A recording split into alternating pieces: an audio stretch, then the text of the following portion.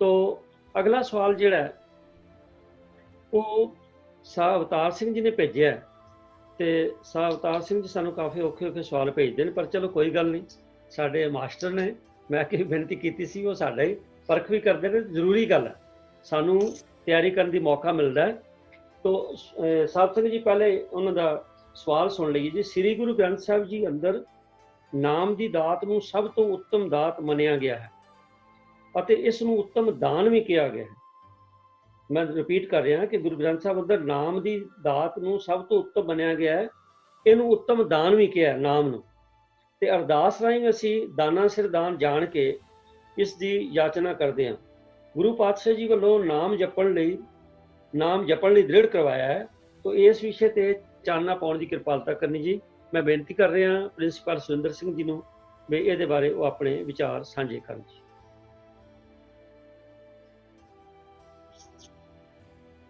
जी का खालसा जी, वाहिगुरू जी की फतेह। नाम दान ते इशनान बारे बेनती है कि भाई साहब भाई कान सिंह जी नाभा ने तिन्ने शब्दां दे वख-वख नामां थल्ले अनेकां प्रमाण दे के कल्ले कल्ले शब्द की भी व्याख्या की है। नाम की है, दान की है ते इशनान की है। वो वक्रे वक्रे पन्ने ते गुरमत मारतंड भाग दूजे दे विच अनेकां प्रमाण दिते ने। ते जिहड़ा इकट्ठा ही शब्द वार वार आया वो एक बार नहीं बल्कि कई बार आया है। सो भाई साहब भाई कान सिंह जी नाभा गुरमत मारतंड भाग दूजा पन्ना 636 उत्ते लिखते हैं कि नाम हर समय वाहिगुरू जी नूं याद रखना, और दूजे नंबर ते दान अपने आप नूं विद्या बल हुनर आदि विच निपुणता हासिल करनी ते स्वै निर्भर होके दूजियां दी सहायता करनी। ये दान दे लफ्जां विच उन्हां ने अर्थ लिखे ने। इशनान मन तन लिबास रहाइश ते किरदार उच्चा सुच्चा रखना ताकि आत्मा ते शरीर हर समय अरोग ते चढ़दी कला विच रहन। ये तीन सिद्धांत सिੱਖੀ ਦੇ बुनियादी सिद्धांत हैं। भाई साहब जी भाई कान सिंह जी नाभा ने लिखा। वैसे भी भाई साहब भाई नंद लाल सिंह जी ने बकायदा डेट भी दी है ते दिन भी दसिया, स्थान भी दसिया। जदों उन्होंने कुछ सवाल किए सच्चे पातशाह के चरणों में ते गुरु पातशाह ने उहदे उत्तर दिते ने। वो रहतनामे दी तुकां आप जी ने भी कई बार सुनिया होणगियां। पहला मैं डेट वाली ये शब्दावली बोल लवां। संमत 17 सहस 1752 की घटना। मगर सुधी नामी सुखदावन सुरगुरु वार सतद्रु तीर बचन कहे गुरु नंद सो वीर। सतद्रु तीर कहते ने सतलुज दरिया नूं ते मगर सुधी नामी सुखदावन।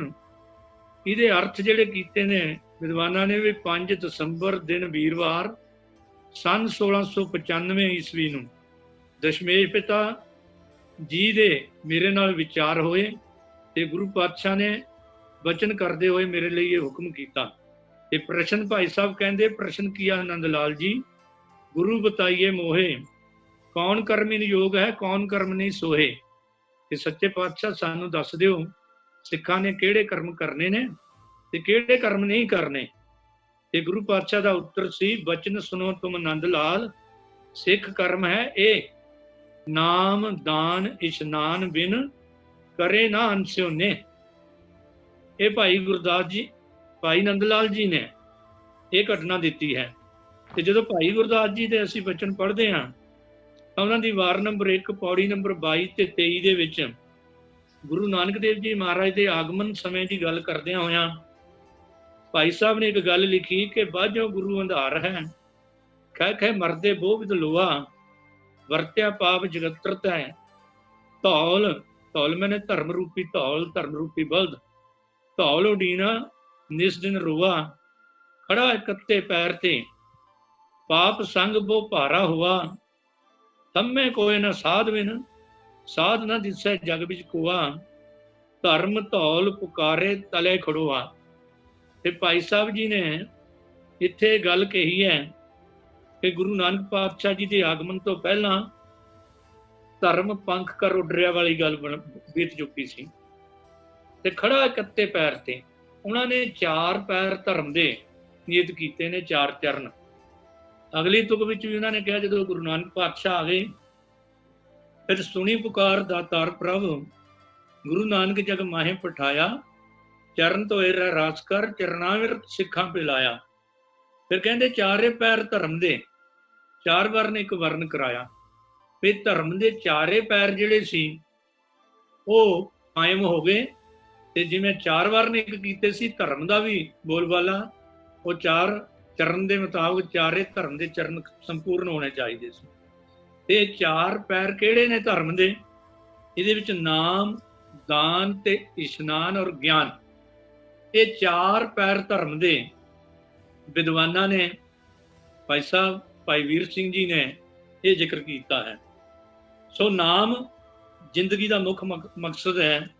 ਰੋਜ਼ਾਨਾ ਅਸੀਂ ਪੜ੍ਹਦੇ ਹਾਂ, ਅਵਰ ਕਾਜ ਤੇਰੇ ਕੀਤੇ ਨਾ ਕਾਮ, ਮਿਲ ਸਾਧ ਸੰਗਤ ਭਜ ਕੇਵਲ ਨਾਮ। ਦੂਜੇ ਪਾਸੇ ਦਾਨ ਸ਼ਬਦ ਭਾਵੇਂ ਗੁਰਮਤਿ ਵਿੱਚ ਪ੍ਰਵਾਨ ਨਹੀਂ, ਇਹ ਗੱਲ ਚੇਤੇ ਰੱਖਣ ਵਾਲੀ ਹੈ ਕਿ ਦਾਨ ਦੇ ਪਿੱਛੇ 2 ਕਿਸਮ ਦੀ ਔਗਣ ਸਾਡੇ ਮਨ ਦੇ ਵਿੱਚ ਆ ਜਾਂਦੇ ਨੇ। ਜਿਵੇਂ ਗੁਰੂ ਨਾਨਕ ਪਾਤਸ਼ਾਹ ਨੇ ਆਖਿਆ, ਸਤਿਆਂ ਮਨ ਸੰਤੋਖ ਉਪਜੈ, ਦੇਣੇ ਕੇ ਵਿਚਾਰ। ਪਰ ਇਹਦੇ ਪਿੱਛੇ ਭਾਵਨਾ ਕੀ ਹੁੰਦੀ ਹੈ? ਦੇ ਦੇ ਮੰਗੇ ਸਹਿਸਾ ਗੁਣਾ, ਸ਼ੋਭ ਕਰੇ ਸੰਸਾਰ। ਵੀ ਜਦੋਂ ਮੈਂ ਕਿਸੇ ਨੂੰ ਦਾਨ ਦੇਵਾਂਗਾ, ਇੱਕ ਤਾਂ ਮੈਨੂੰ ਉਹ 10 ਗੁਣਾ ਜ਼ਿਆਦੇ ਜਾਂ 1000 ਗੁਣਾ ਜ਼ਿਆਦੇ ਮਿਲੇਗਾ, ਦੂਜੇ ਮੇਰੀ ਸ਼ੋਭਾ ਵੀ ਸੰਸਾਰ ਦੇ ਵਿੱਚ ਹੋਵੇਗੀ। ਤੇ ਦਾਨ ਦਾ ਦੂਜਾ ਨੁਕਸਾਨ ਜਿਹੜਾ ਹੈ, ਵੀ ਦਾਨ ਦੇਣ ਵਾਲੇ ਦੇ ਮਨ ਦੇ ਵਿੱਚ ਇਹ ਹੰਕਾਰ ਪੈਦਾ ਕਰਦਾ ਹੈ ਕਿ ਮੈਂ ਦਾਤਾ ਹਾਂ, ਇਹ ਮੁਤਾਜ ਹੈ ਮੇਰਾ। ਤੇ ਲੈਣ ਵਾਲੇ ਦੇ ਮਨ ਦੇ ਵਿੱਚ ਹੀਣ ਭਾਵਨਾ ਪੈਦਾ ਹੋ ਜਾਂਦੀ ਹੈ। ਇਸ ਲਈ ਗੁਰਬਾਣੀ ਦੇ ਵਿੱਚ ਇਹ ਦਾਨ ਸ਼ਬਦ ਦੀ ਜਿਹੜੀ ਪ੍ਰਾਤਨ ਪਰੰਪਰਾ ਚਲੀ ਆ ਰਹੀ ਸੀ, ਉਹ ਰਿਜੈਕਟ ਕਰ ਦਿੱਤੀ ਗਈ।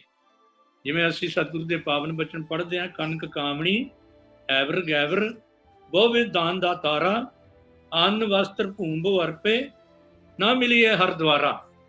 ਵੀ ਹਰ ਕਿਸਮ ਦਾ ਦਾਨ ਦਿੱਤਾ ਹੋਇਆ, ਜੇ ਉਹਦੇ ਨਾਲ ਮਨ ਦੇ ਵਿੱਚ ਭਾਵਨਾ ਹੰਕਾਰ ਵਾਲੀ ਪੈਦਾ ਹੁੰਦੀ ਹੈ, ਤੇ ਉਹ ਸਾਰੀਆਂ ਹੀ ਚੀਜ਼ਾਂ ਕੀਤੀਆਂ ਹੋਈਆਂ ਦਾਨ ਕਿਸੇ ਕੰਮ ਨਹੀਂ ਤੇਰੀਆਂ ਰਹਿੰਦੀਆਂ। ਫਿਰ ਹੁਣ ਦਾਨ ਦਾ ਮਤਲਬ ਕੀ ਹੈ?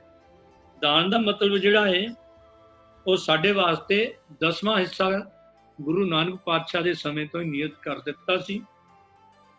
ਪਰ 5ਵੇਂ ਪਾਤਸ਼ਾਹ ਨੇ ਜਾ ਕੇ ਦਸਵੰਧ ਦੀ ਮਰਜ਼ਾਦਾ ਪੱਕੇ ਤੌਰ ਤੇ ਸਿੱਖਾਂ ਨੂੰ ਹੁਕਮ ਕਰ ਦਿੱਤਾ ਵੀ ਸਿੱਖਾ, ਤੈਂ ਆਪਣੀ ਕਮਾਈ ਦਾ 10ਵਾਂ ਹਿੱਸਾ 90 ਰੁਪਏ ਆਪ ਰੱਖਣੇ ਨੇ 100 ਚੋਂ, ਤੇ 10 ਰੁਪਏ ਗੁਰੂ ਨਾਨਕ ਪਾਤਸ਼ਾਹ ਦੇ, ਉਹ ਤੇਰੇ ਨਹੀਂ, ਫਿਰ ਉਹ ਦਸਵੰਧ ਕੱਢਣਾ ਹੈ।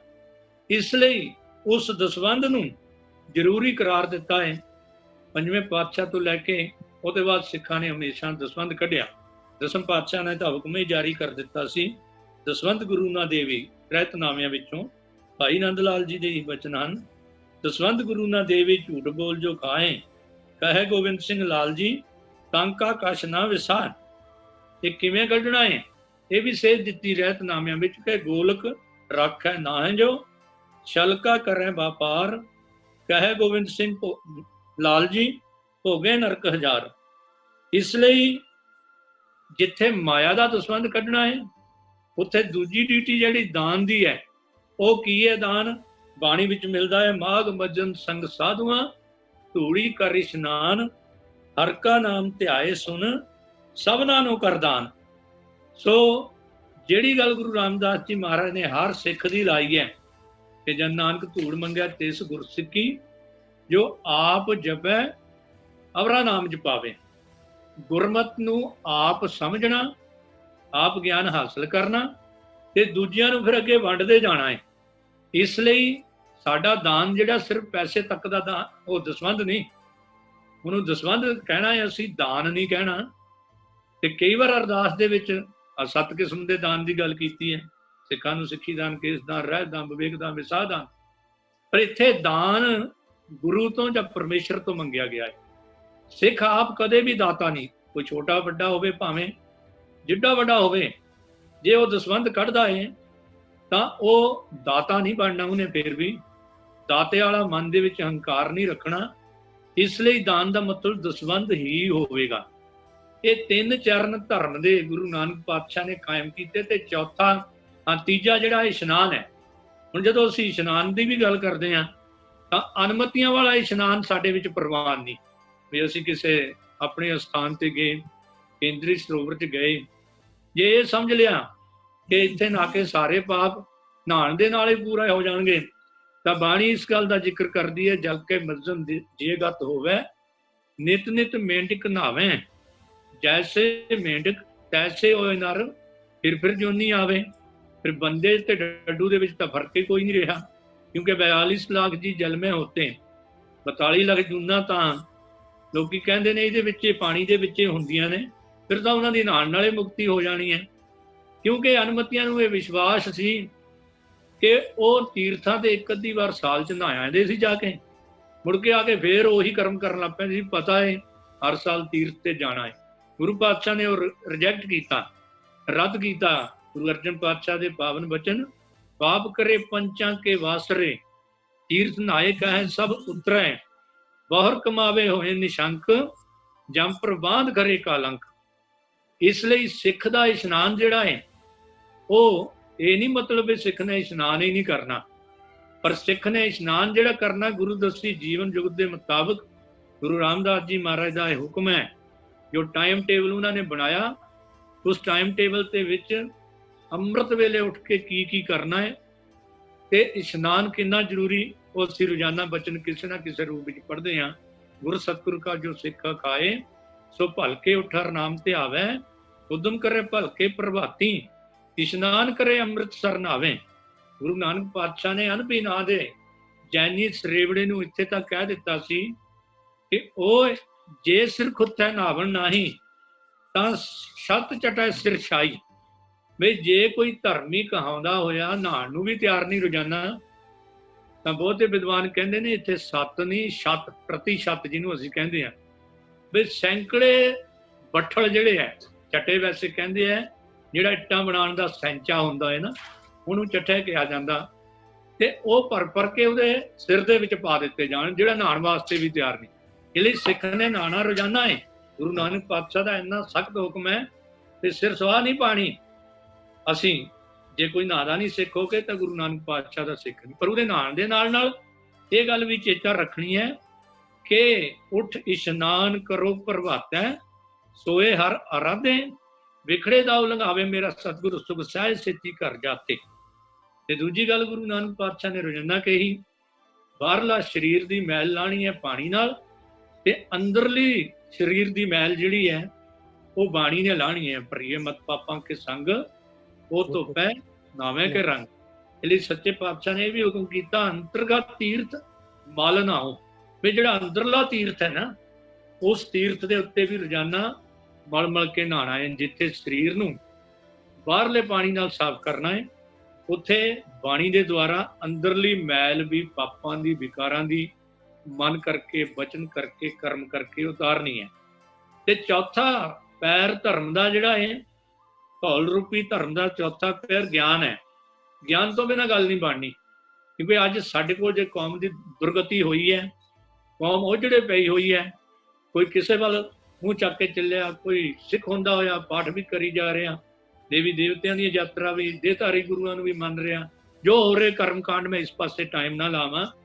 ਉਹਦਾ ਕਾਰਨ ਇਹ ਹੈ ਵੀ ਗਿਆਨ ਨਹੀਂ ਹੈ। ਤਾਂ ਹੀ ਸ਼ਾਇਦ ਬਾਬਾ ਕਬੀਰ ਜੀ ਦੇ ਪਾਵਨ ਬਚਨ ਗੁਰੂ ਨਾਨਕ ਪਾਤਸ਼ਾਹ ਨੇ ਬਾਣੀ ਵਿੱਚ ਦਰਜ ਕੀਤੇ ਸੀ, ਕਬੀਰ ਜਹਾਂ ਗਿਆਨ ਤੈ ਧਰਮ ਹੈ, ਜਹਾਂ ਝੂਠ ਤੈ ਪਾਪ, ਜਹਾਂ ਲੋਭ ਤੈ ਕਾਲ ਹੈ, ਜਹਾਂ ਖਿਮਾ ਤੈ ਆਪ।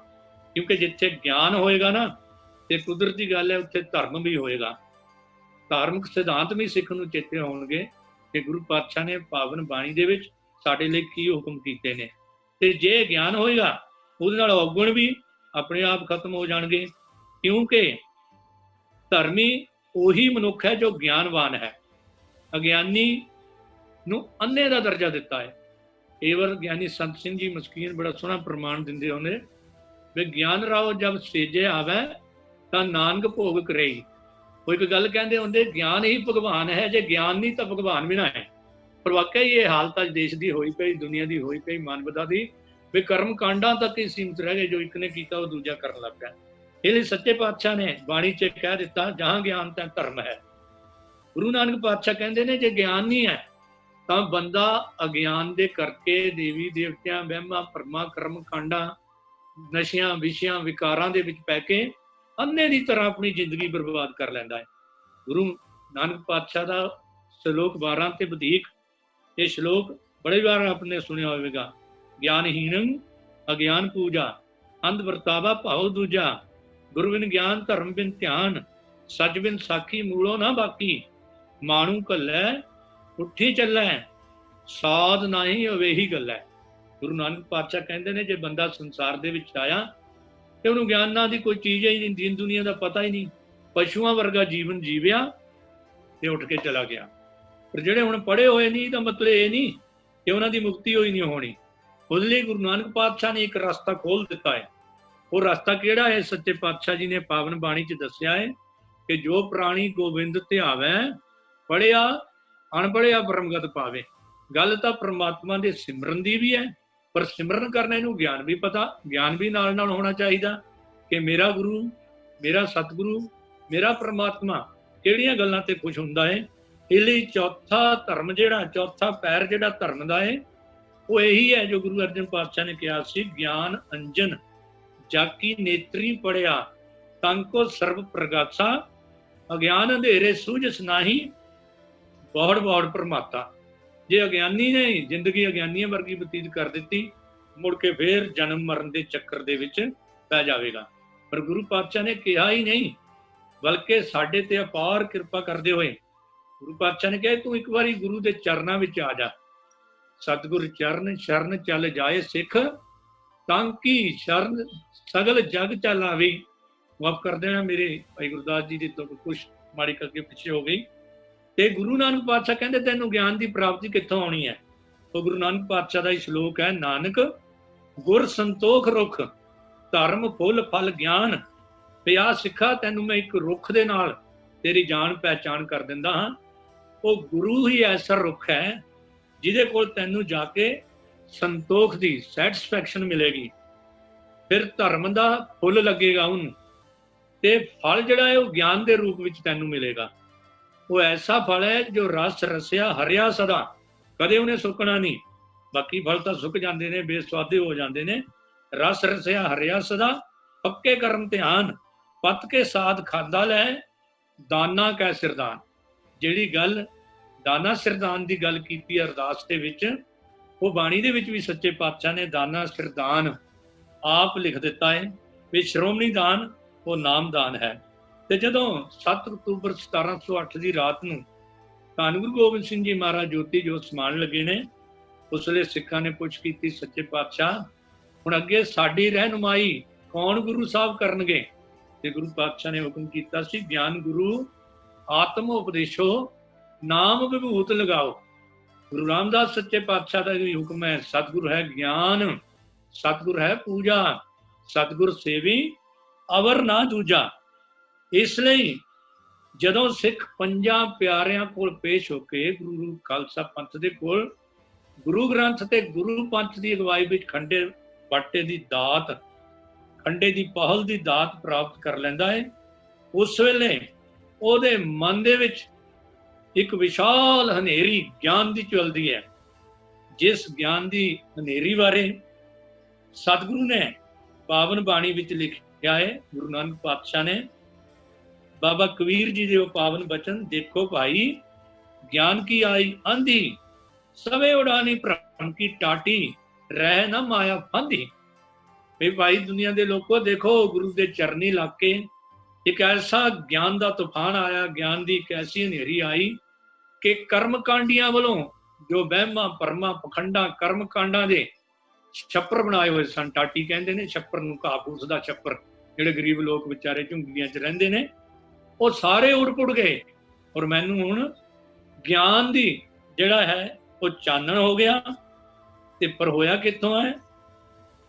ਗੁਰੂ ਸਾਹਿਬ ਨੇ ਹੁਕਮ ਕੀਤਾ, ਕੁੰਭੇ ਬੱਧਾ ਜਲ ਰਹੇ, ਜਲ ਬਿਨ ਕੁੰਭ ਨਾ ਹੋਏ, ਗਿਆਨ ਕਾ ਬੱਧਾ ਮਨ ਰਹੇ, ਗੁਰ ਬਿਨ ਗਿਆਨ ਨਾ ਹੋਏ।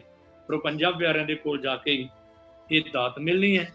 ਤੇ ਜਿਹੜਾ ਸਿੱਖ ਬਣ ਗਿਆ, ਜਿੱਥੇ ਉਹਨੇ 5 ਕਕਾਰਾਂ ਦੇ ਧਾਰਨੀ ਹੋਣਾ, ਕਿਰਤ ਕਰਨੀ, ਨਾਮ ਜਪਣਾ, ਵੰਡ ਛਕਣਾ, ਉੱਥੇ 7 ਗੁਣ ਸਿੱਖ ਵਿੱਚ ਜ਼ਰੂਰੀ ਹੋਣੇ ਚਾਹੀਦੇ ਨੇ। ਮੁੜ ਕੇ ਫੇਰ ਉੱਥੇ ਹੀ ਗੱਲ ਆ ਜਾਂਦੀ ਹੈ कि वो सत संतोख किहड़ा है? वो सत संतोख दया धर्म नाम दान इशनान दृढ़ाया गुरसिख लै गुरसिख सदाया। भाई गुरदास जी कहते हैं सत सच नूं जीवन का आधार बनाना, सच्चो और सब को उपर सच आचार, संतोख सैटिस्फैक्शन संतुष्टि, दया ते धर्म, चार गल्लां ये ते तीन नाम दान इशनान, जिहदे बारे मैं विस्तार नाल गल कर ली है। ये सत्त गुणां दा धारनी सिख नूं होना पैना है, ते जिन्हें गुरु की सिक्ख्या लैके गुरसिख बन गया, सत्त गुणां दा धारनी बन गया, ते उहदे ते गुरु नानक पातशाह की बख्शिश होए जानी है। इसलिए नाम दान ते इशनान और चौथा ज्ञान जे धर्मी कहांदे आ तां ये चार धर्म दे चरण ने, इन्हां नूं हिरदे विच इकट्ठे पक्के कर लईए, साडे लोग सुखीए परलोक सुहेले हो जाणगे। जिन्नी को गुरु पातशाह ने बख्शिश कीती सी, टाइम थोड़ा वध लै गया क्योंकि कई बार सवाल बड़ा छोटा हुंदा है, पर उत्तर जिहड़ा अगे ते अगे वो स्पष्ट करना पैंदा। भुल गलती ले क्षमा करियो जी। फिर जे कोई होर इहदे नाल वधिया संतुष्ट कर सकदा है, ਉਹਦੇ ਧੰਨਵਾਦੀ ਹੋਵਾਂਗੇ ਤੇ ਸਾਡੇ ਗਿਆਨ ਵਿੱਚ ਵੀ ਵਾਧਾ ਹੋਵੇਗਾ। ਵਾਹਿਗੁਰੂ ਜੀ ਕਾ ਖਾਲਸਾ, ਵਾਹਿਗੁਰੂ ਜੀ ਕੀ ਫਤਿਹ। ਬਹੁਤ ਧੰਨਵਾਦ ਹੈ ਪ੍ਰਿੰਸੀਪਲ ਸਾਹਿਬ ਜੀ ਦਾ। ਉਹਨਾਂ ਨੇ ਬਹੁਤ ਹੀ ਵਿਸਥਾਰ ਸਹਿਤ ਜਿੱਥੇ ਦਾਨ ਦੀ ਗੱਲ ਕੀਤੀ ਹੈ, ਉੱਥੇ ਬਾਕੀ ਵੀ ਜਿਹੜੇ ਚਾਰ ਚਰਨ ਨੇ ਸਾਰਾ ਦਾ ਬਹੁਤ ਪੂਰੇ ਵਿਸਥਾਰ ਸਹਿਤ ਉਹਨਾਂ ਨੇ ਇਹਦਾ ਸਾਨੂੰ ਸਾਡੇ ਸਾਹਮਣੇ ਖੋਲ ਕੇ ਰੱਖਿਆ ਗੁਰਬਾਣੀ ਦੀਆਂ ਤੁਕਾਂ ਔਰ ਬਾਕੀ ਰੈਫਰੈਂਸਸ ਦੇ ਨਾਲ। ਬਹੁਤ ਬਹੁਤ ਧੰਨਵਾਦ ਜੀ।